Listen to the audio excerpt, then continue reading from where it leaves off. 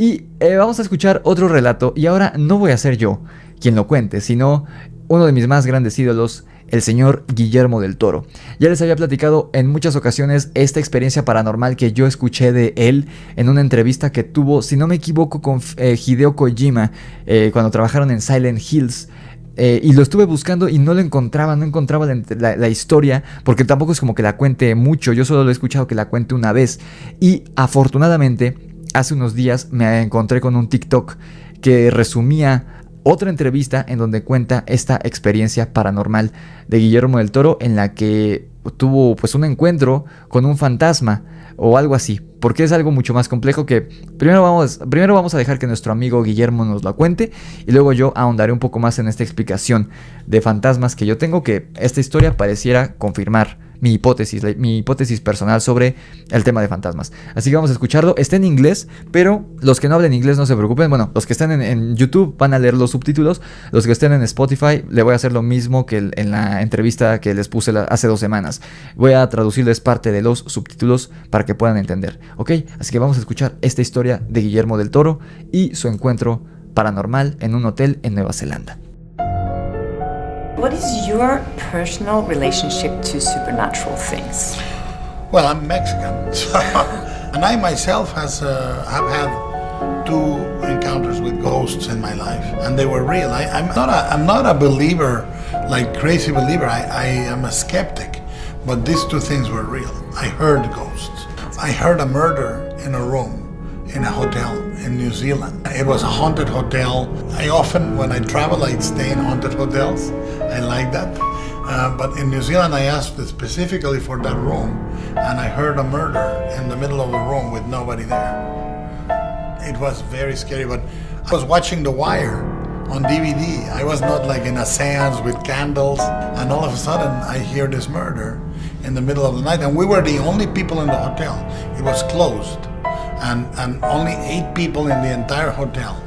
So it was not somebody making a joke or in the next room.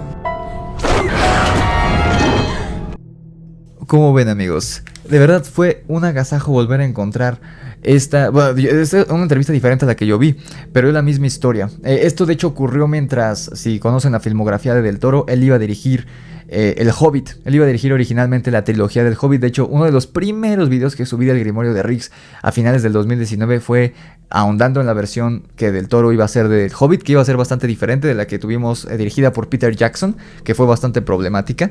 Pero bueno, ese es otro rollo. Eso lo hablaré en los amos del multiverso, en el canal secundario, que bueno, ya les revelé el nombre. Ya estarán viendo los primeros videos y podemos hablar a detalle sobre esa versión de Del Toro del Hobbit. Pero aquí enfoquémonos en la historia paranormal de Guillermo del Toro. En este caso, él se encontraba haciendo scouting, que es decir, estaban explorando sitios en Nueva Zelanda para ver en dónde iban a rodar escenas del Hobbit, porque sí iba a haber escenas con pantalla verde, es decir, que iban a grabar en algún estudio. Normalmente se graban en Londres por alguna razón, pero también iba a haber muchas tomas en locaciones reales, es decir, en sitios reales, y uno de los lugares favoritos para elegir era Nueva Zelanda, porque en muchos sitios de Nueva Zelanda se rodó la trilogía original del Señor de los Anillos y también de las Crónicas de Narnia, por estos paisajes tan fantásticos y tan bonitos que tienen, ¿no? Con praderas y con montes y demás, ¿no? Entonces ellos estaban, te digo, esto fue incluso antes de hacer la preproducción. O sea, esto fue muy al inicio. Solamente, como menciona Guillermo, iban 8 personas en el viaje y se quedaron en un hotel embrujado. Y él menciona por lo mismo. Él dice que él no es creyente así súper, él dice muy clavado de lo paranormal, que él es escéptico más bien, pero que lo mismo que yo, no cree en lo paranormal, pero le gustaría creer en lo paranormal. Entonces él menciona que siempre que van a un hotel que supuestamente está embrujado, él pide las habitaciones embrujadas, ¿no? Donde han ocurrido cosas. Y eso fue lo que ocurrió en este hotel de Nueva Zelanda. Él pidió el cuarto embrujado de este hotel, solamente iban él y sus 7 compañeros.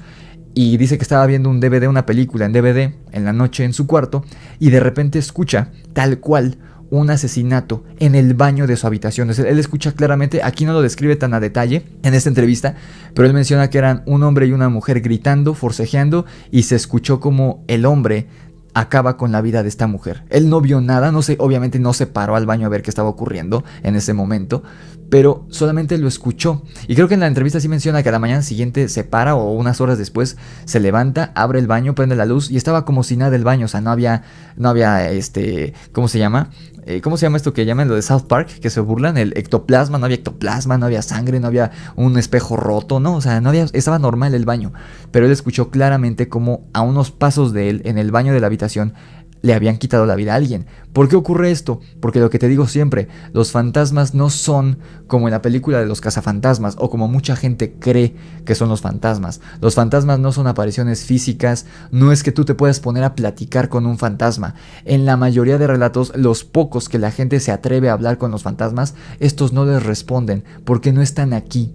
Te digo que los fantasmas, cuando alguien llega a ver una aparición, y esa es mi hipótesis personal, porque yo no creo en lo que mucha gente dice de los fantasmas. Lo que yo creo es que se interponen dos dimensiones. Ellos son un registro, una cicatriz, un eco en este mundo de cuando estuvieron aquí esas personas, pero ya no lo están. Mi ejemplo que les doy siempre, cuando dibujas algo muy fuerte en un cuaderno, lo remarcas tan fuerte que cuando pasas la página, el mismo trazo está en la página de atrás, pero sin tinta. Está el puro trazo. Por eso los fantasmas se ven así, como no se ven físicos, porque es solamente el vestigio de un trazo, el vestigio de un ser físico con materia, como tú y como yo, que ya partió, pero dejó su energía, dejó parte de su energía, de su esencia aquí, en el plano físico. Como cuando alguien con un aroma, un perfume muy fuerte se va de la habitación y aunque ya no está, sigue oliendo a él o a ella, lo mismo es un fantasma. Entonces, eso sí estoy de acuerdo con esta teoría parapsicológica, de que los fantasmas, las apariciones son almas o vestigios del espíritu o de la energía de la gente que se fue en circunstancias inesperadas o violentas. ¿Y qué más violento quieren que un asesinato? ¿No? Entonces, si aquí alguien en este hotel, en esa habitación, en el baño de esa habitación, perdió la vida de manera violenta, seguramente está destinado a repetirse en un loop interminable ese momento. No es que el fantasma esté reviviendo eso una y otra vez como una condena, como en las películas. Es el vestigio de energía, te digo, es un aroma. A lo mejor la energía se quedó y por eso él no lo vio, porque la energía en este caso se manifiesta únicamente de manera sonora. O sea, a lo mejor tú, incluso aunque lo estés escuchando, no vas a ver nada, únicamente estás escuchando lo que ocurrió, porque fue lo que se quedó registrado energéticamente entre las paredes del baño de esta habitación en este hotel en Nueva Zelanda. Entonces es algo muy interesante porque aparte lo cuenta pues Guillermo del Toro. Entonces quería que lo escucharan porque llevaba meses buscándola. De hecho creo que lo mencioné en un video con Kaiden y no encontraba la entrevista y finalmente aquí está. Voy a buscar la entrevista completa y quizá haga un video únicamente dedicado a esto, pero la historia es muy corta. La historia es muy corta tristemente, pero bueno, encontré esta entrevista. ¿Qué opinan ustedes sobre este encuentro paranormal que tuvo Guillermo del Toro hace unos años, hace como 10 años más o menos, poco más de 10 años, en Nueva Zelanda?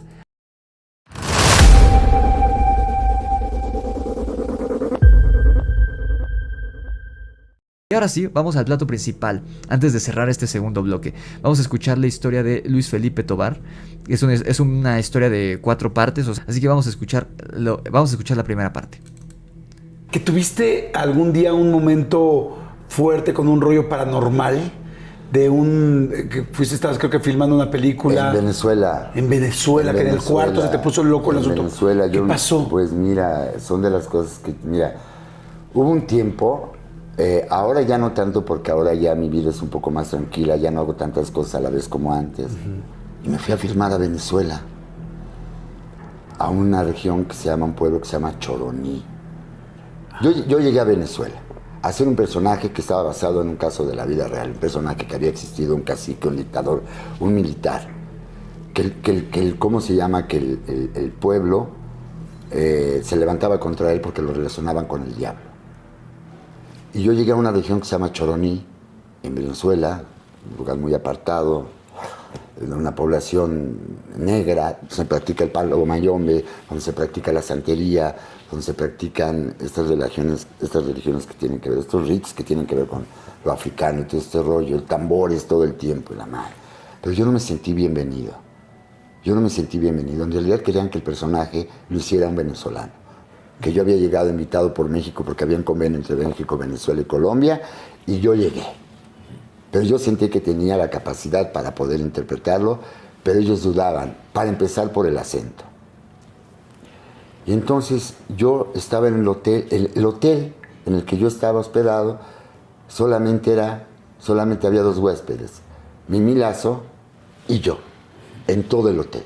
Okay. En todo el hotel. Y yo, la primera noche que llegué ahí, pues me sentí un poco extraño. La atmósfera era una atmósfera extraña, pero de todo el pueblo en general. Okay. Del pueblo.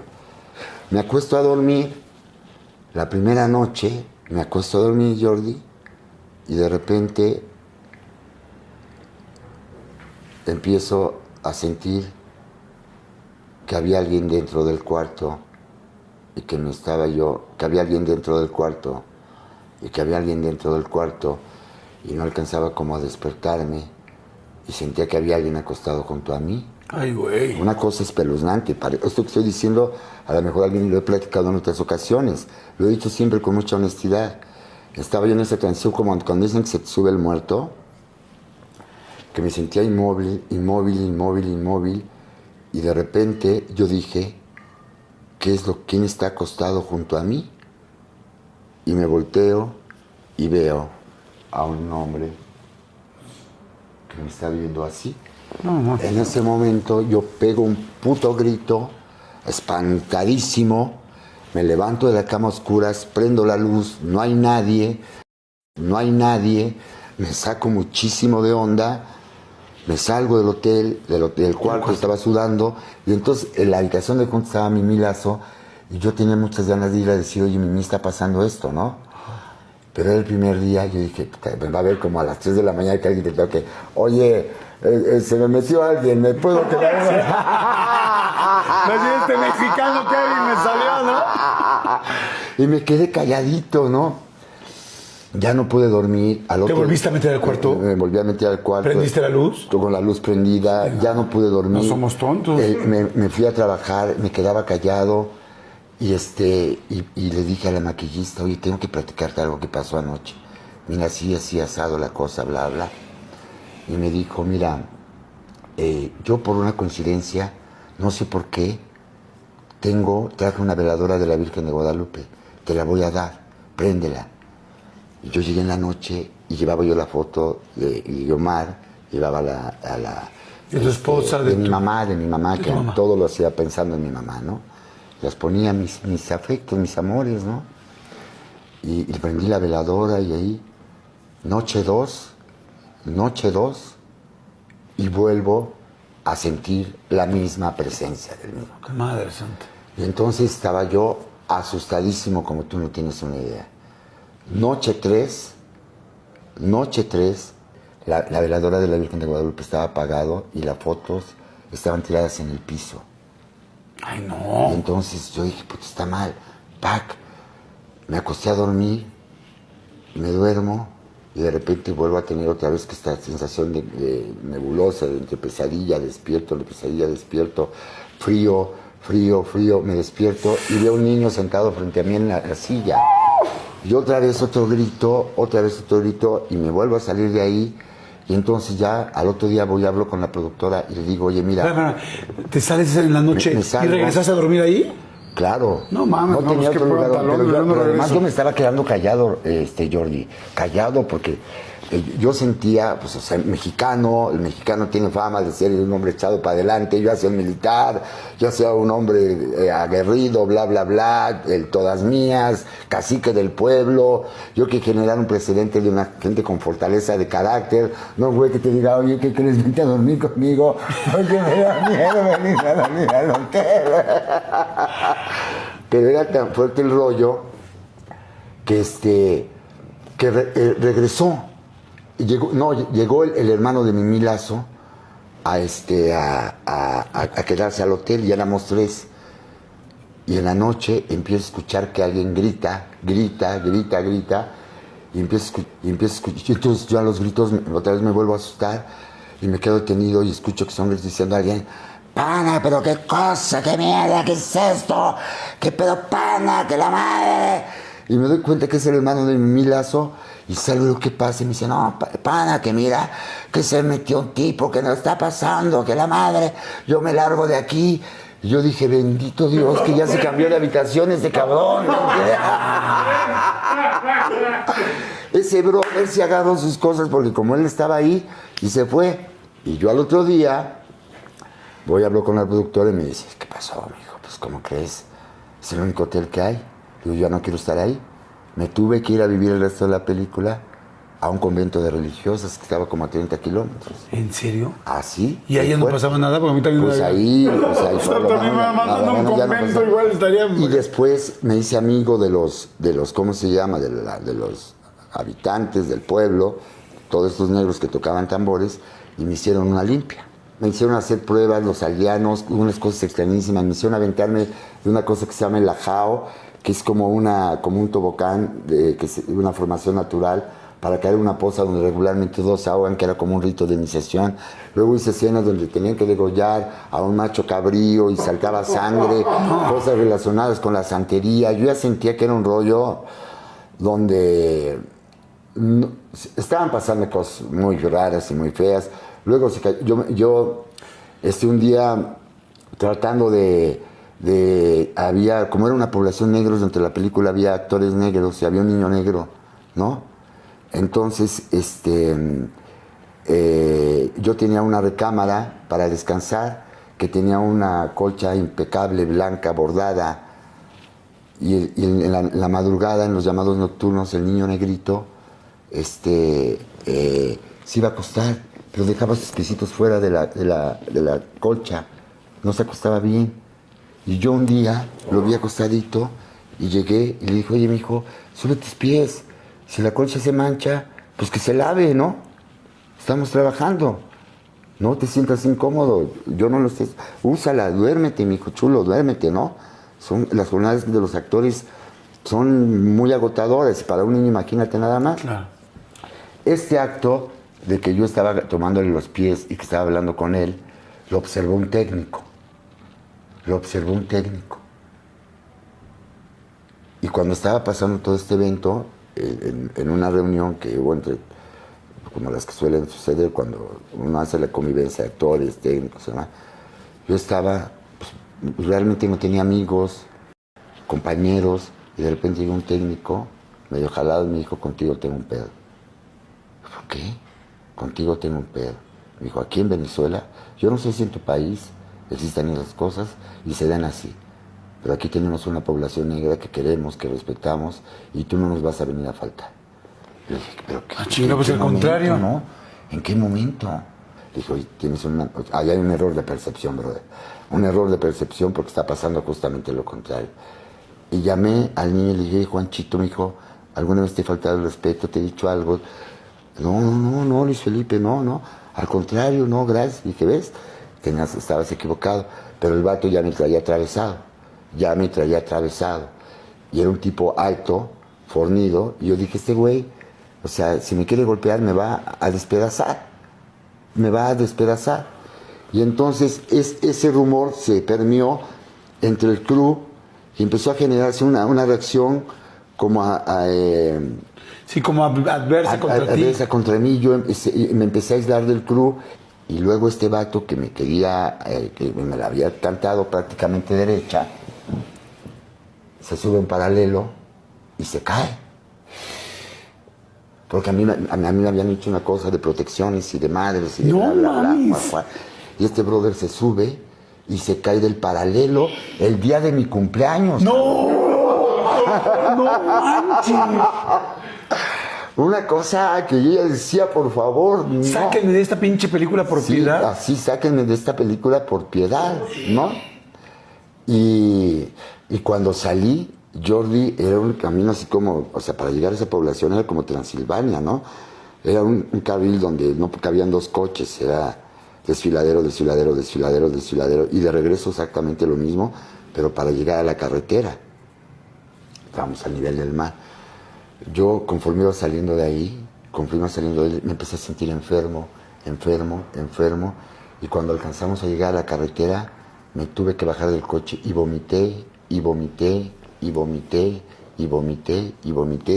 todo lo que había acumulado durante todo ese proceso de rodaje. He hecho muchas películas en mi vida, pero una experiencia de esa naturaleza, Nunca. nunca. Y mira que he tocado fibras muy delicadas, he tocado fibras, y cuando siento que voy a tocar fibras cuya energía no me interesa, yo digo, a eso no le entro, ¿no? Ok. Me he invitado a hacer proyectos y digo, yo a eso no le entro.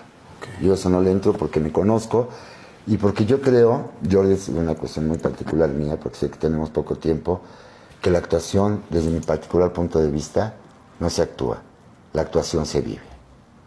Ok, ¿cómo ven? ¿Cómo ven, banda? Esta historia de Luis Felipe Tobar, que esta, la verdad, esa yo sí la había escuchado. No me acordaba de esto de que menciona del chico que se cayó del andamio, que fue el día de su cumpleaños. No me acordaba eso de su cumpleaños. Eso es algo importante, que eso nos podría decir que no fue una coincidencia el hecho de que se cayera este tipo. Para empezar, vámonos por partes. Esta, la verdad, les digo, esta historia sí la había escuchado completa porque me fascinó. Y descargué las partes para presentárselas en algún programa, que es este. Para empezar, esto ocurre en Venezuela. Si alguien conoce este poblado, por favor déjenlo en los comentarios. Esto ocurre en Venezuela, como dice mucha gente de etnia negra, ¿no? De etnia que venía originalmente de África o del Caribe, en épocas de la colonia española y demás, ¿no? Por eso hay tanta gente de color en Venezuela y en Colombia. Aquí en México no hay tanta, más que en ciertos estados, y son prácticamente es Veracruz, donde hay gente afrodescendiente, por lo particular. Pero en Venezuela y en Colombia sí hay mucha gente que, si bien sí hay mucha gente que es de raza negra, pero también hay muchos descendientes de ellos, ¿no? Entonces se habla de santerismo, de magia de etnias negras, ¿no? Que viene del Caribe, que viene de África. Por eso lo que él menciona de los tambores. Y es muy común en relatos de este tipo de brujería negra, la bilocación, que es lo que yo creo que estaba haciendo. Yo creo que algún brujo de estos lo vio o sabía que iba a ir este actor mexicano, que es muy conocido acá en México, y le estaban haciendo una especie de trabajo. Y este hombre que él menciona al principio, que vio junto a él en la cama del hotel, yo creo que era la bilocación de este brujo, que es algo que muchos brujos saben hacer. Ya te platiqué de esta bilocación que hace este brujo ruso, un brujo que venía de Siberia hace muchos años, en el video de la cueva de los ecos, creo que se llama esta cueva en Rusia. Te dejo la etiqueta por acá si no viste el video, que el brujo hizo una bilocación. Él estaba físicamente en una cueva con muchas personas, con cientos de personas, y el hijo del dueño de ese terreno estaba dormido en su cuarto a varios kilómetros de la cueva, y el brujo estuvo ahí al mismo tiempo con él, y su forma astral, digamos, su espíritu, por así decirlo, su bilocación, su doppelganger, lleva al niño con la forma física del brujo donde estaba su papá. Eso, para que vean que es algo que hacen los brujos, los brujos o las brujas. Y es muy común en el caso de la brujería que viene de lugares africanos o de descendencia africana, vaya, eso me refiero, descendencia negra. Entonces yo creo que el hombre que él vio acostado ahí en su cama y que cuando prende la luz ya no estaba, sí era este hombre, pero era su forma astral, por así decirlo. O sea, ese hombre que estuvo junto a él, yo creo que era el brujo. Era el brujo en su forma astral, que lo estaba vigilando para espantarlo. De hecho, me acordé mientras lo estaba escuchando de un relato de Relatos de la Noche, que uno de estos brujos se enamora de una mujer que es la mamá de la chica que manda el relato a Uriel. Y justamente este brujo se le aparecía igualito que como cuenta Luis Felipe en este video. Se le aparecía en su cuarto a la señora, porque él la vio en algún momento en la calle a lo mejor, y le gustó la señora y se le empezó a aparecer en su cuarto de noche en forma, o sea, tú lo ves cuando es una forma astral, por lo que platican, es la persona tal cual, pareciera que está ahí físicamente, pero no es él en cuerpo, no es él en carne y hueso, es su espíritu, pero tú no puedes diferenciar si es espíritu o no. Esto está muy curioso, y yo creo que sí, lo querían espantar para que él se fuera, porque como dice, no fue bien recibido en la producción. Entonces a lo mejor los mismos de la producción o el pueblo donde estaban grabando no lo quería ahí. Le hicieron este trabajo y lo querían espantar, tal cual. A lo mejor no le querían hacer daño como tal, lo querían espantar. Lo querían sacar de ahí, a como diera lugar. A lo mejor querían enfermarlo para que él se enfermara y se tuviera que ir, y lo tuvieran que poner a un actor venezolano en el papel que él estaba haciendo. Eso puede ser, por lo que nos platica del contexto. Y en el caso de la protección que le hicieron, sí me suena bastante interesante como el tipo que seguramente tenía malas intenciones con él, quizá ese mismo día, quizá le quería hacer algo a Luis Felipe ese mismo día, y se sube a este andamio y por las protecciones que le habían hecho se cae, ¿no? Protegiéndolo no solo de pues entidades oscuras, sino también de personas, el trabajo que le habían hecho. Eso me pareció muy curioso. Y esto de que menciona Luis Felipe al final, de que se puso a vomitar cuando salió del pueblo, también es muy común cuando estás desequilibrado energéticamente o que te aguantaste algo algo mucho, digamos, en cuestión energética, en cuestión espiritual, en cuestión mental, suele manifestarse de manera física. Te puedes enfermar, se puede manifestar en forma de una gripa, de un catarro o de una diarrea o, como fue en el caso del vómito. Literalmente es la acción física de todo lo que te estuviste aguantando emocionalmente, tiene que salir de alguna manera física. En el caso de él fue que vomitó. Entonces esta historia me pareció muy interesante, muy entretenida y que seguramente sí había algo oscuro detrás de esta vivencia.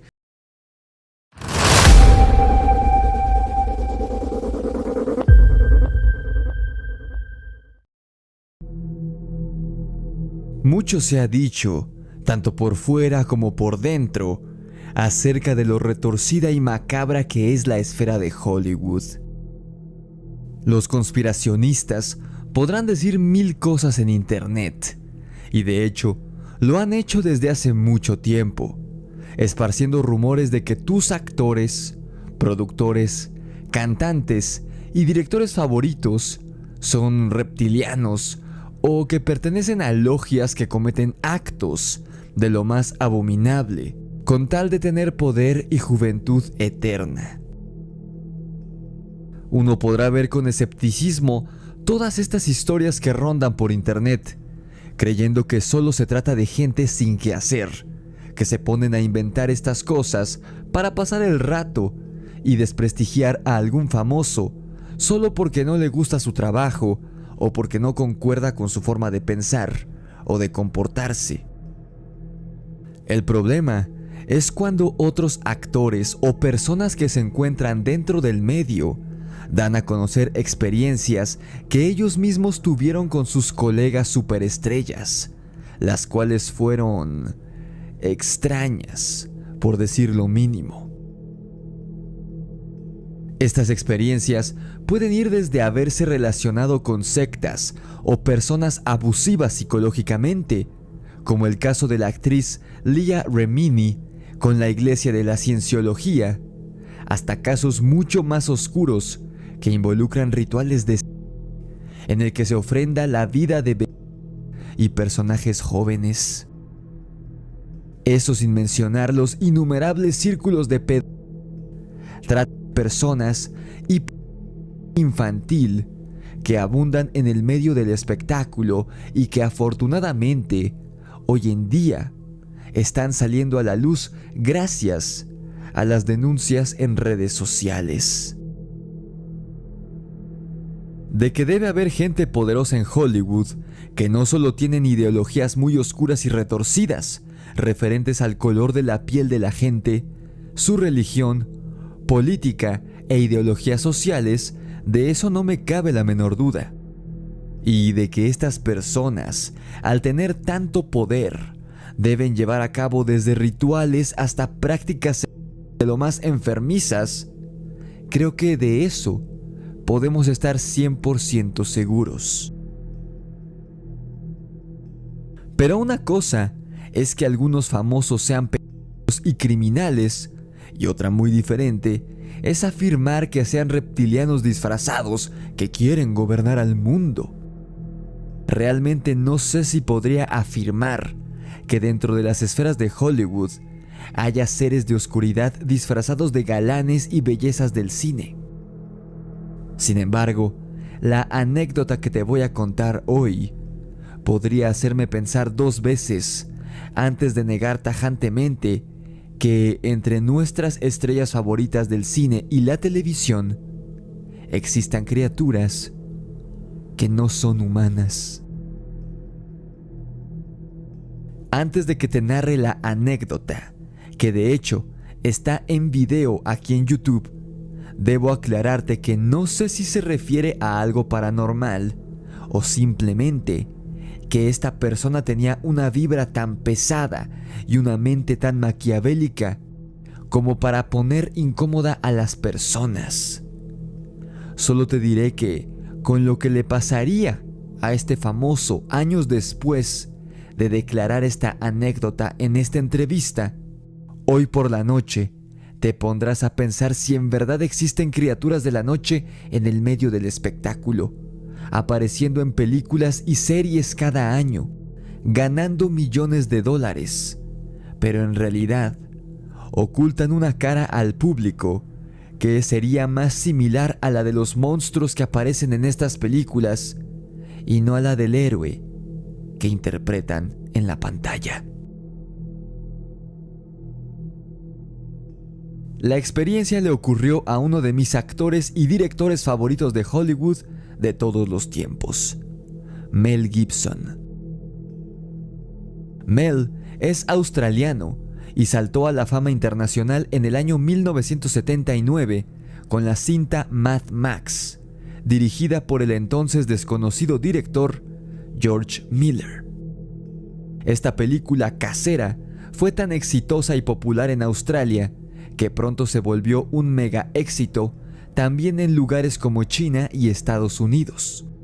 Y obviamente, al ser el protagonista del filme, Gibson se convirtió en uno de los jóvenes talentos que más llamó la atención de los productores y directores de Hollywood a inicios de los 80. Después de Mad Max, Mel Gibson comenzó a aparecer en más y más películas de mayor presupuesto, con actores de gran renombre, como Matthew Modine y Sigourney Weaver, y en 1987 obtuvo el protagónico de la película Arma Mortal, dirigida por la leyenda del cine Richard Donner. Sería con el personaje del sargento Martin Riggs que Gibson se convertiría en una megaestrella de Hollywood ni siquiera 10 años después de que llegara a este círculo. Y en la década de los 90, Gibson demostraría que no era solo una cara bonita que podía hacer películas de acción, pues empezó a aparecer en filmes más serios y profundos, llegando incluso a obtener el papel de John Smith en la película de Pocahontas, del estudio más grande de animación, Walt Disney Studios. En 1996, Mel Gibson alcanzaría la cima de su carrera al ganar 2 premios de la Academia con su película Corazón Valiente, ganando el Oscar a Mejor Película y a Mejor Director. Habiendo ganado las 2 categorías principales de los Óscares, uno habría creído que Gibson se habría convertido en alguien del tamaño de Ridley Scott, James Cameron o incluso de Steven Spielberg, al paso que iba. Pero de la nada, a inicios de la década de los 2000, el encantador actor y ahora director comenzó a verse involucrado de la nada en un sinfín de escándalos involucrados con el uso de sustancias, de alcohol y problemas del manejo de la ira. Gibson aparecía igual de calmado y carismático que siempre en las entrevistas después de alguno de estos incidentes, pero aún así, los escándalos seguían apareciendo. Que si había sido detenido conduciendo ebrio y había hecho comentarios xenófobos, que si había amenazado a su exesposa, que si había hecho una película con un mensaje en contra del pueblo judío, en fin. La mala racha y el desprecio de las audiencias mundiales y de la prensa parecían no dejar en paz a Gibson, hasta que finalmente se convirtió en una persona non grata en Hollywood, lo cual básicamente significaba que estaba vetado de las producciones grandes. Algo similar a lo que ocurre hoy en día con la cultura de la cancelación, solo que por aquellos años era muy difícil que esto le ocurriera a un famoso, sobre todo de la talla de Mel Gibson. Debía ser algo muy malo lo que debían hacer los famosos para que fueran vetados. Y aunque otras celebridades habían salido ilesas después de haber cometido actos similares a los que realizó Gibson, que a fin de cuentas jamás cometió ningún crimen ni nada parecido, el actor australiano prácticamente desapareció del mapa durante varios años. Durante la segunda mitad de la primera década de los 2000, Mel Gibson aparecía de vez en cuando en un filme, pero este ni siquiera era promocionado, y de seguro no llegaste a ver ninguno de estos en su momento, porque pocos se enteraron de su estreno. Era como si Hollywood estuviera empedernido en que el mundo olvidara a Mel Gibson y que la gente lo viera como un borracho loco e inestable, cuyas palabras no podían ser tomadas en serio. Un verdadero desquiciado que había perdido la cordura por completo. Esta era la imagen que la prensa mundial quería darnos de Mel Gibson hace unos cuantos años. Al mirar hacia atrás, los que somos fanáticos de este hombre nos preguntamos, ¿qué salió mal en la vida de Mel Gibson entre 1997 y 2006 como para que perdiera así los estribos? Al parecer, nada. Pero existe una entrevista de 1998, justo cuando Gibson era el rey de Hollywood gracias a su talento, y que data de justo antes de que la ira de la prensa y de Hollywood iniciara contra el actor. Se trata de una sencilla entrevista que ni siquiera era para una televisora ni nada, pero Mel narró un extraño suceso que vivió en esa época, al lado del actor Christopher Walken, la cual incluso podría entrar dentro de la rama de lo sobrenatural. Y aunque no fuera así, sí nos dejaría bastante claro que este actor es una persona extraña y hasta maliciosa, por no decir otra palabra. Esta anécdota podría haber quedado como un simple comentario, incluso divertido, por parte del actor y director australiano. Sin embargo, resulta curioso que esta entrevista coincide con el surgimiento de los escándalos y el ataque hacia Gibson por parte de la prensa, y recordemos que para este entonces, en 1998, Mel Gibson ya llevaba 20 años en la industria. ¿Realmente el hombre perdió la cabeza de un día para otro después de 20 años en Hollywood? ¿O será que este comentario que hizo en la entrevista hizo enojar a alguien en la esfera de poder y este decidió silenciar a Mel? La entrevista en general no habla de nada fuera de lo normal, pero en cierto momento, el entrevistador le pregunta a Gibson cómo es la vida diaria entre las estrellas de Hollywood, y es entonces que Mel hace el comentario que le costaría una década fuera de la industria y el rechazo y el odio de miles de personas alrededor de todo el mundo por cosas que quizá ni siquiera cometió. A continuación, te presento el fragmento subtitulado en donde Gibson habla de aquella extraña velada que tuvo en un hotel de Nueva York al lado de Christopher Walken, que, debo decir, es muy similar a un fragmento de la novela de Drácula. Vamos a ver el clip. I mean, this is a bizarre place. And it doesn't take very long, and I'm sure you've experienced this if you've stayed here for any length of time. And no matter how strong you are when you come in off the farm, with those convictions and a certain line of attack, no matter how strong you are going to be affected by this place. His whole opinion about women on film, from beginning to end, is very brief. He says, women on film, either naked or dead. Both is better. And it's like, whoa, ooh. No, he came to see me on a rooftop in New York. I said, hey, can I talk to you? And he said, sure. He floated in, sideways, through a crowd of people. He was wearing black. And it was like one of those old vampire movies where they don't walk, but they glide. And he was a dancer, so he has he's very, graceful. Yeah. And he moved sideways, and he just sat down in a chair next to me. And it kind of frightened me. And he's a very smart guy. And we started talking, and I didn't, say much of anything about reading the script, nothing. I just started talking about the Middle Ages. And he began to talk tortures.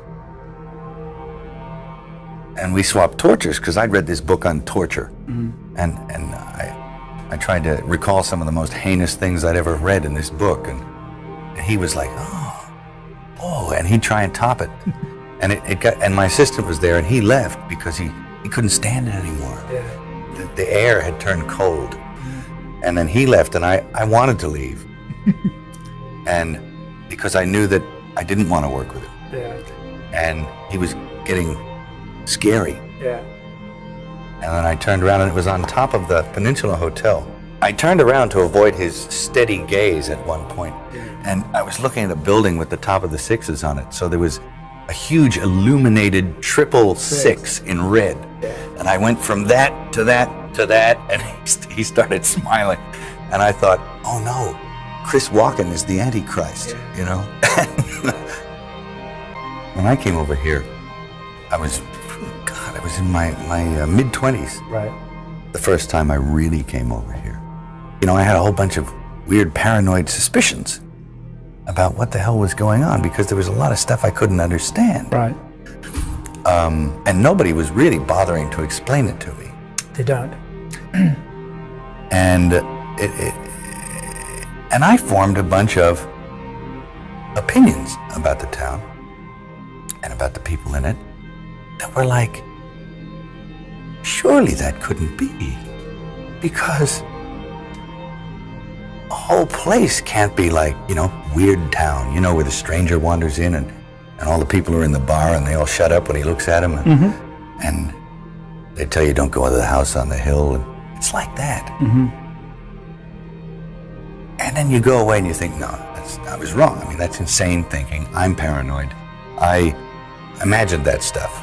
That couldn't be the reason for why so-and-so was acting like, could it? And then you find out later on the track that you were exactly on track with a lot of this stuff. Not specifically on track, but that you could, that some of your worst nightmares were real at the time, and you think, now this is what I mean by actually starting to swim up or downstream with the rest of the salmon, you know, eventually, if you stay here long enough. Yeah. You'll find yourself doing that. And you have to, there's a way of doing it without doing it. And that takes time. And it takes relaxation. Not being uncomfortable, realizing it for what it is. Projecting.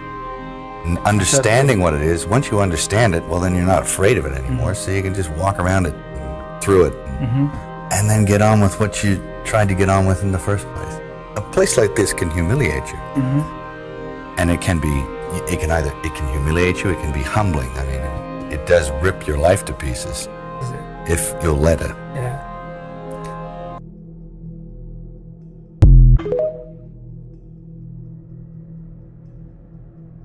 Imagina ver este rostro en Nueva York de noche, iluminado por una luz roja que es emitida por 3 números 6 de tamaño gigante, sonriéndote después de haberte hablado durante quién sabe cuánto tiempo sobre torturas a seres humanos.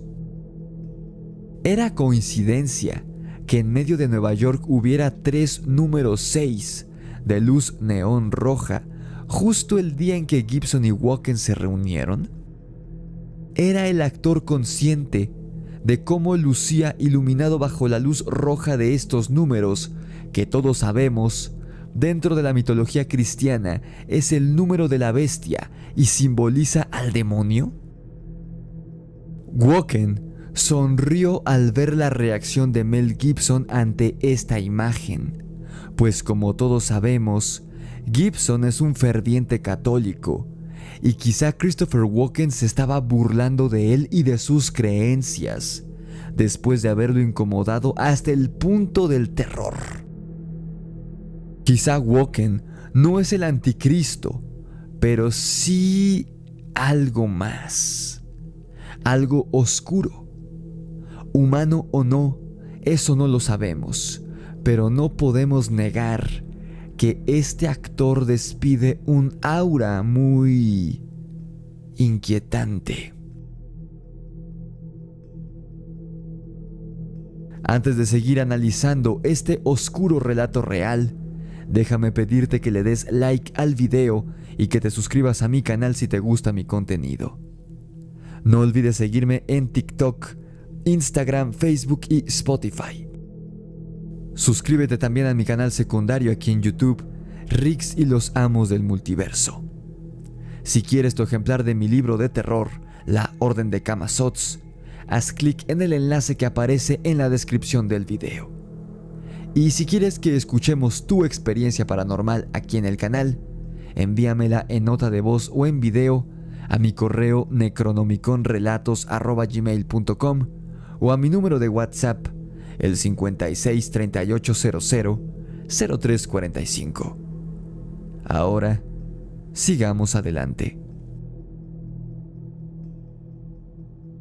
Y Mel Gibson no fue el único que se sintió asustado e intimidado por lo que Walken decía y su forma de ser en general, sino que su asistente, quien estaba con los dos actores durante la conversación, terminó yéndose, pues no soportó más al oscuro personaje que es Christopher Walken. Y no era solo que a Gibson no le agradara el actor, sino que, como él mismo dice en la entrevista, Walken lo asustó a tal grado de no querer trabajar con él jamás y de querer salir huyendo de aquella terraza en este hotel de Nueva York de inmediato. ¿Y sabes algo? Mel Gibson y Christopher Walken jamás han trabajado juntos en ningún proyecto cinematográfico hasta el día de hoy. Una de las acusaciones que se le hizo a Gibson en la época en la que era atacado por la prensa fue que era misógino y racista en extremo, a pesar de que hubo gente, como la actriz Whoopi Goldberg, que negó esto en varias entrevistas. Y de hecho, no hubo incidentes que demostraran esto al respecto de Gibson. Era simplemente la prensa diciéndolo. Y para prueba de ello, en esta entrevista vemos que claramente Mel Gibson se indigna al escuchar la opinión claramente misógina de Christopher Walken sobre el papel que un personaje femenino debe jugar en una película. Según la historia que cuenta Mel Gibson, Christopher Walken lucía, hablaba y actuaba como todo un vampiro de la ficción, y el actor no lo dice jugando, sino genuinamente asustado y confundido. Sin embargo, este fragmento de la entrevista pudo haber quedado simplemente como un comentario gracioso sobre lo estrafalario y exótico que es Christopher Walken en la vida real, a tal grado de haber sido capaz de asustar al mismísimo Mel Gibson, un héroe de acción, con su forma de ser. Pero creo que es realmente lo que Gibson dice sobre cómo actúa y las cosas que hacen las personas en Hollywood, lo que despertaría la ira de personas muy poderosas en la industria, haciendo que Gibson desapareciera del medio hasta el año 2016, gracias al éxito de su cinta Hacksaw Ridge. ¿A qué se refiere Mel cuando dice que esta gente hace cosas malas que uno termina haciendo al entrar en este círculo? Y por lo que da a entender, todo aquel que no haga estas mismas cuestionables cosas no es tomado en cuenta por los demás, lo cual significa no tener trabajo como actor de Hollywood. Mel dice: hay formas de hacer esas cosas sin hacerlas en la entrevista, y se nota que quiere decir más al respecto, pero por miedo no dice más, y deja todo muy encriptado en su mensaje. La manera en la que Mel describe a Hollywood suena muy alejada del glamour y los reflectores que uno se imaginaría, y es más parecido al escenario de una película de terror, en la que todos los miembros de la farándula están obligados a seguir ese juego macabro y retorcido o pagar las consecuencias.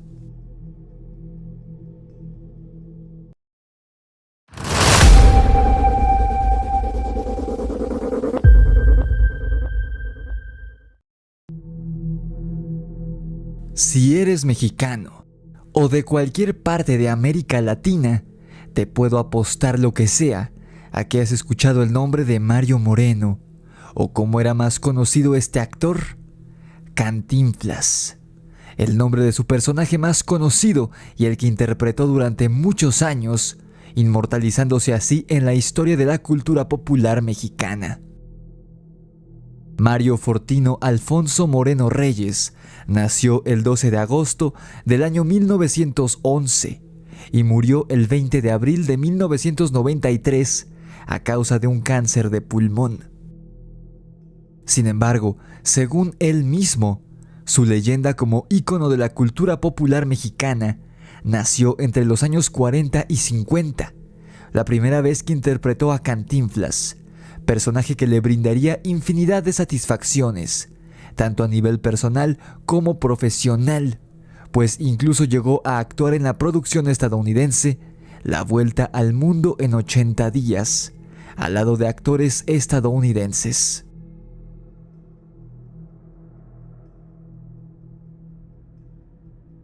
Y también, el personaje le trajo al actor fama y fortuna a manos llenas. Tanto así que a 30 años de su muerte, sus hijos y nietos siguen, desgraciadamente, peleándose por el dinero y propiedades que el actor dejó atrás cuando partió de este mundo. Si bien Moreno tuvo un origen humilde, habiendo nacido y crecido muy cerca de Tepito, uno de los barrios más marginados y peligrosos de la Ciudad de México, cuando saltó al estrellato y comenzó a amasar su fortuna multimillonaria, Cantinflas comenzó a adquirir gustos excéntricos y estrafalarios, y comenzó a actuar y a vivir como lo que jamás había sido, pero que ahora, gracias a su trabajo, lo era: un millonario.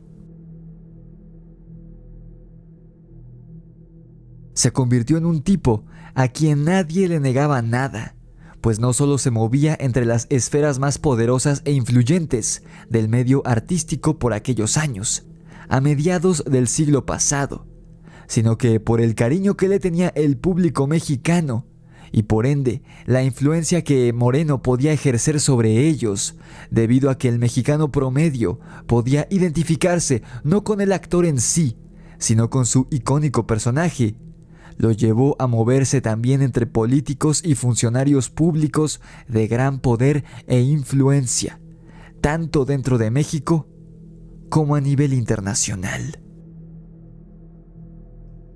En pocas palabras, Mario Moreno Cantinflas podía tener todo lo que el dinero pudiera comprar con tan solo chasquear los dedos.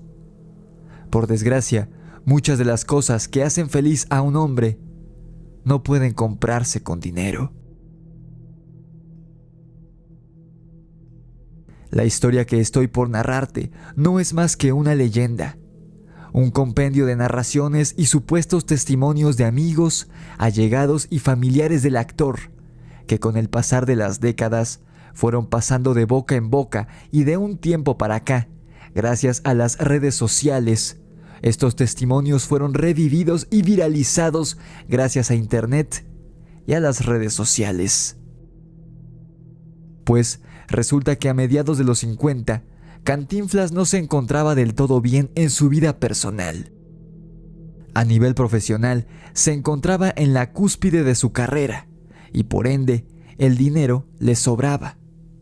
Sin embargo, el actor sentía un vacío en su corazón. Se sentía incompleto a tal punto que todos sus éxitos profesionales, así como su fama y fortuna, eran insuficientes para él. Ser millonario y famoso a nivel internacional es el sueño de todos, ¿no es así? Entonces, ¿por qué Cantinflas se sentía un fracaso, a pesar de ser quizá uno de los 2 actores más famosos de México en aquellos años? A partir de este punto, comienza esta leyenda alrededor de la figura de Mario Moreno, que eres libre de creer si es real o que solo se trata de una fantasía según sea tu criterio. Lo que sí te puedo decir es que hay algunos vestigios y pruebas materiales que se encuentran bajo circunstancias muy extrañas que podrían indicarnos que esta leyenda, como todas, tiene una parte de realidad por más surrealista que te vaya a sonar esta historia. Según cuentan, un día Mario Moreno conoció a un sujeto de nombre Carlos Lorenzo Hernández. Aquí me gustaría recalcar que, pese a que esta historia es una leyenda nada más, como te dije antes, cuenta con varios elementos muy detallados, como en primera instancia, el nombre completo de este sujeto, quien forma parte sustancial de este posible suceso antinatural. Normalmente, en una leyenda urbana o un mito urbano, simplemente se habría dicho: Mario Moreno se topó con un misterioso hombre, y ya. Pero en este caso contamos con los nombres y apellidos del tipo en cuestión. En fin, Carlos Lorenzo y Mario no se conocían previamente, sino que coincidieron en algún sitio de los muchos que frecuentaba el actor. Quizá un restaurante, un hotel o incluso el set de una película. Al ver que Moreno se veía triste y desmotivado, Carlos se acercó a él y le preguntó que qué tenía, que cómo podía estar triste o falto de alegría teniendo todo lo que tenía. A lo que Mario Moreno le respondió que tenía un sueño, uno que quizá era imposible de cumplir, pero que no le dejaba de dar vueltas y vueltas en la cabeza, incluso quitándole el sueño.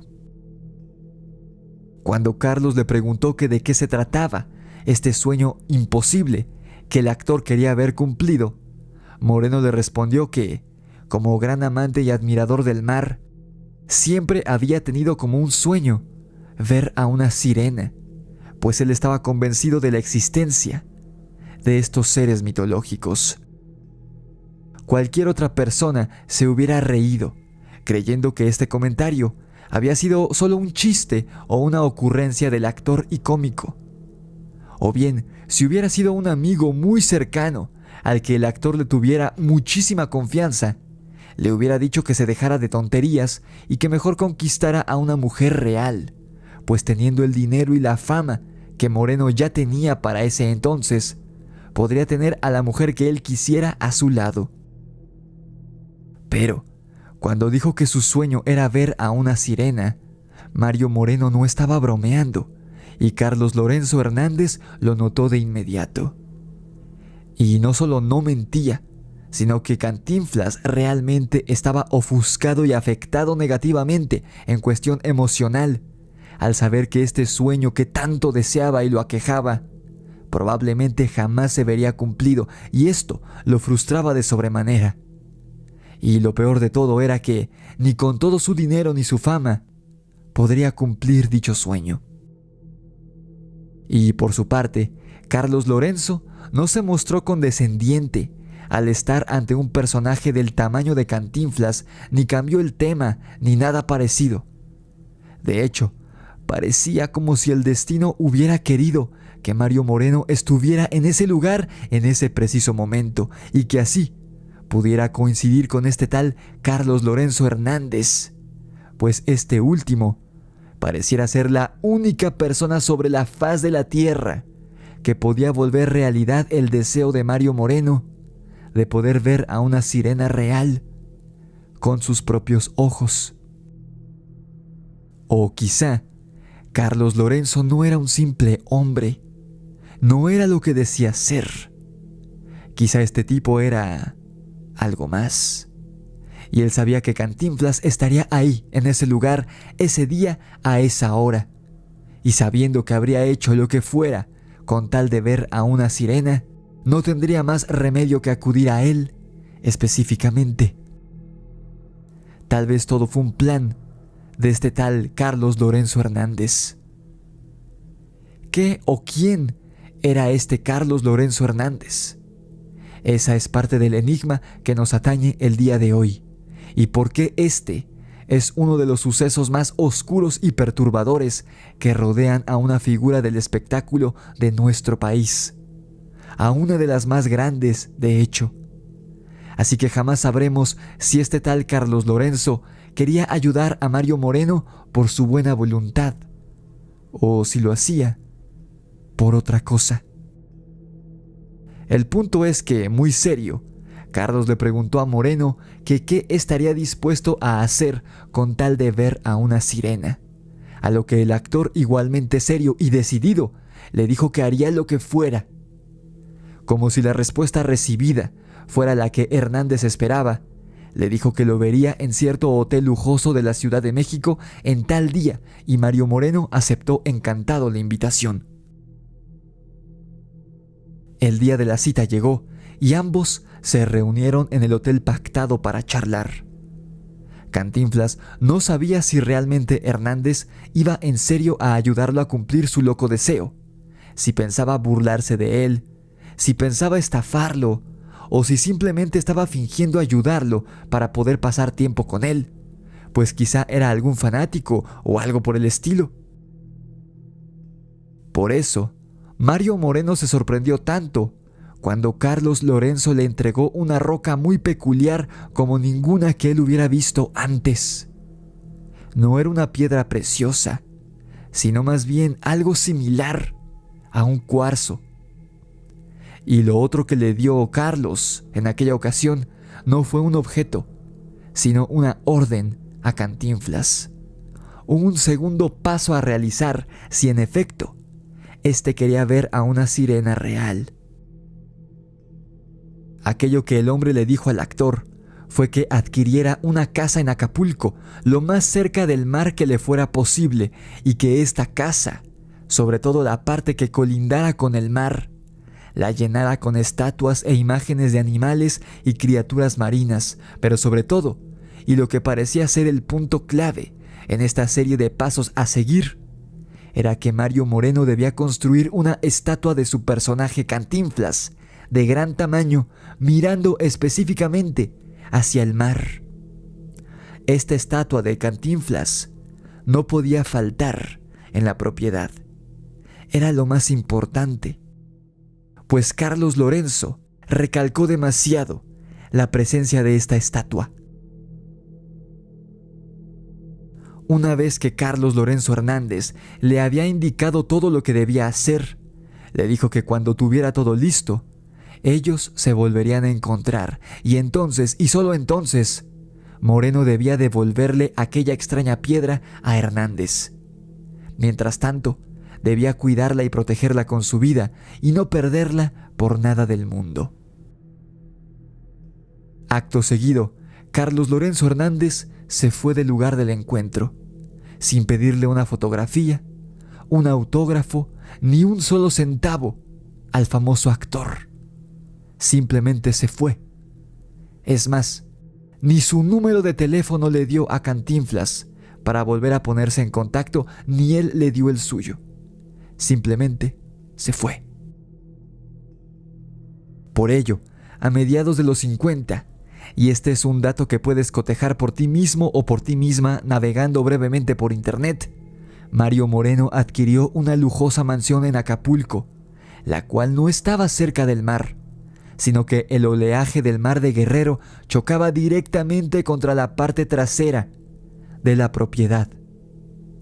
En esta zona de la casa, que estaba prácticamente en el mar, Cantinflas la decoró con estatuas y pinturas de animales marinos, de sirenas, y claro, no podía faltar, siguiendo las órdenes del misterioso Carlos, la estatua del personaje de Cantinflas, de gran tamaño, en el centro de todo, mirando justamente hacia el mar.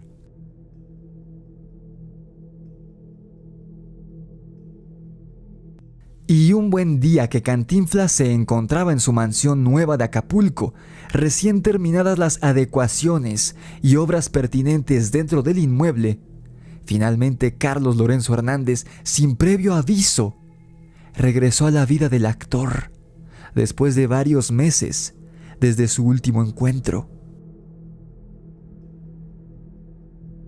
Cuando el hombre tocó a la puerta de la casa del actor, eran las 2 de la mañana en punto. Sin explicarse cómo Hernández había llegado hasta la puerta de su mansión en una zona tan exclusiva y con tanta seguridad en aquella época, Cantinflas lo hizo pasar y sin perder tiempo, Carlos Lorenzo lo apresuró hacia la parte de la casa que daba hacia el mar.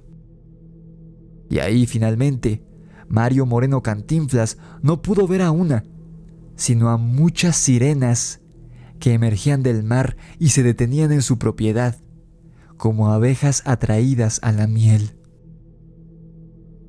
Al finalizar la escena tan conmovedora para el actor mexicano y con una sonrisa en el rostro, Hernández le pidió a Moreno que le devolviera la piedra que le había dado meses atrás, y el actor lo hizo.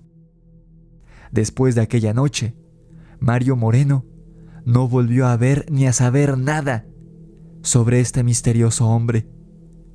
Carlos Lorenzo Hernández no le pidió ni una fotografía, ni un autógrafo, ni un favor, ni un solo centavo a Cantinflas, con tal de cumplirle su sueño de ver sirenas en la vida real. Simplemente lo ayudó y desapareció de la faz de la tierra. A partir de ese día, se cuenta, Mario Moreno realizaba fiestas en su casa de Acapulco, a las cuales asistían celebridades de todo tipo, pertenecientes tanto al mundo de la farándula como del escenario político en México de aquella época. Y la atracción principal de estas fiestas eran, a las 2 de la mañana, invocar, por decirlo de alguna manera, a las sirenas que emergían del mar de Acapulco y que siempre llegaban a la casa de Cantinflas, ante la atónita mirada de sus invitados, y convivían con ellos.